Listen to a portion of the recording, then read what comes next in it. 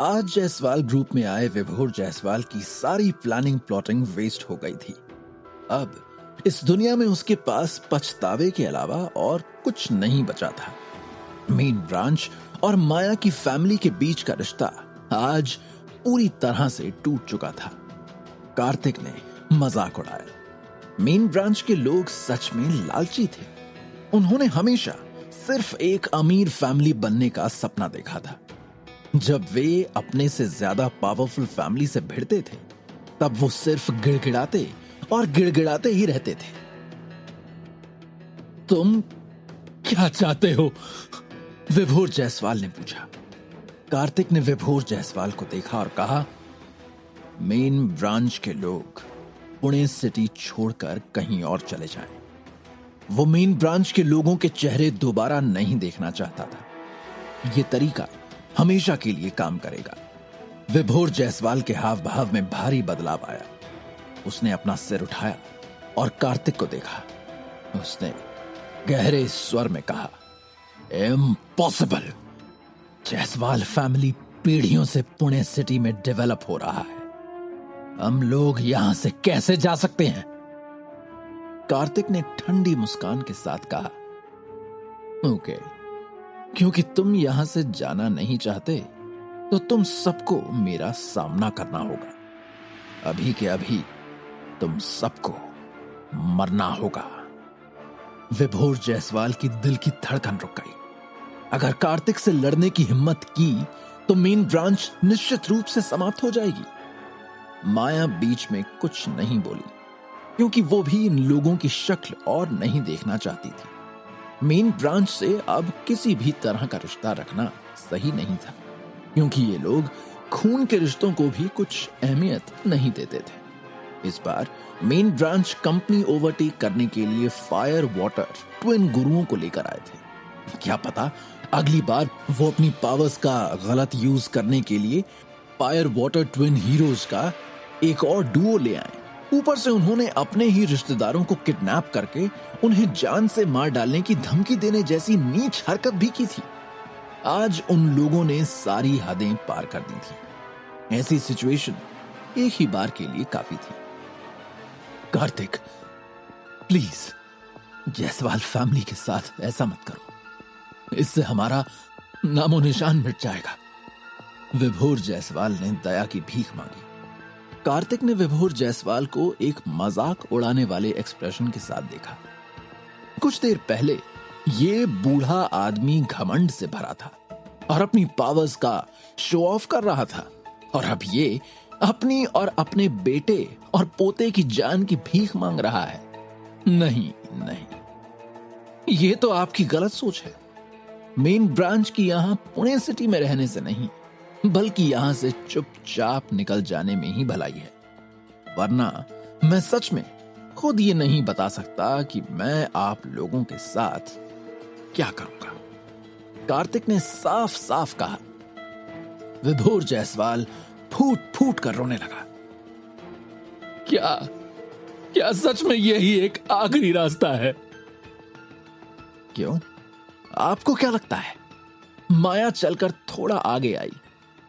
क्योंकि main branch और मेरा एक रिश्ता है, इसलिए मैं आपको ये कार्ड दूंगी।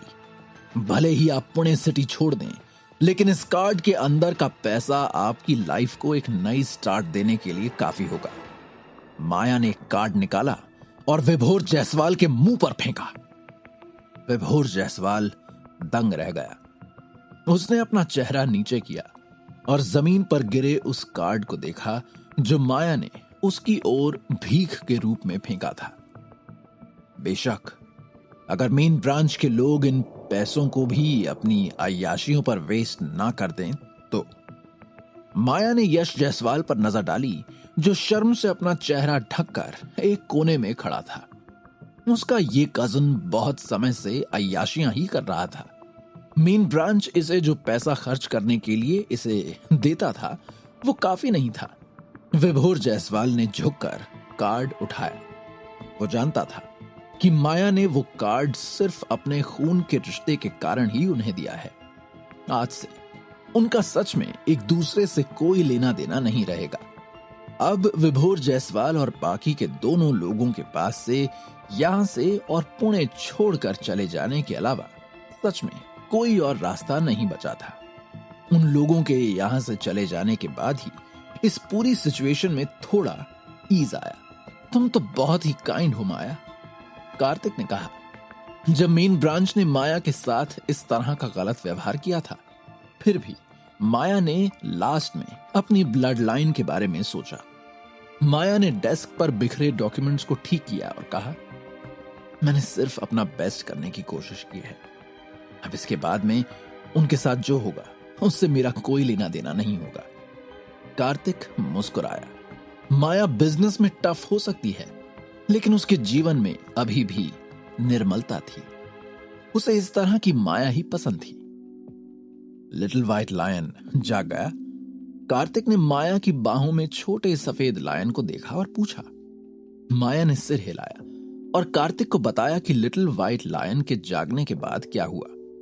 कार्तिक ने छोटे सफेद लायन को आश्चर्य से देखा और अपनी ठुड्डी को रगड़ते हुए बुदबुदाया। इतना ज्यादा भुक्कड़ होना भी अपने आप में एक टैलेंट है। इसकी ताकत बढ़ाने के लिए अभी भी इसे खाने की ही जरूरत है। छोटा सफेद लायन फुसफुसाया, जैसे कि वो कार्तिक को गलत बोलना चाह रहा हो। कार्तिक ने लिटिल व्हाइट लायन को उत्सुकता से देखा।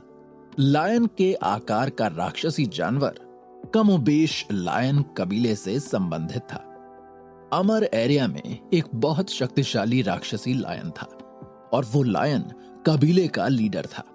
लिटिल व्हाइट लायन ने कार्तिक के कंधे पर छलांग लगाई और अपनी जीभ से उसके मुंह को चाटा। वो लालच भरी नजरों से कार्तिक की उंगली पर पहनी डायमेंशन रिंग को देख रहा था। उसे याद है कि जब भी कार्तिक डायमेंशन रिंग से स्पिरिट स्टोन निकालता था तो वो उसे खिला देता था।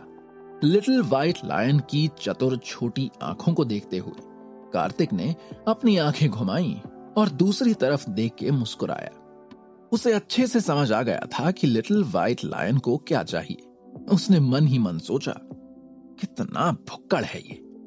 उसने डायमेंशनल रिंग से स्पिरिट स्टोन्स के कुछ टुकड़े निकाले और लिटिल व्हाइट लायन को दे दिए।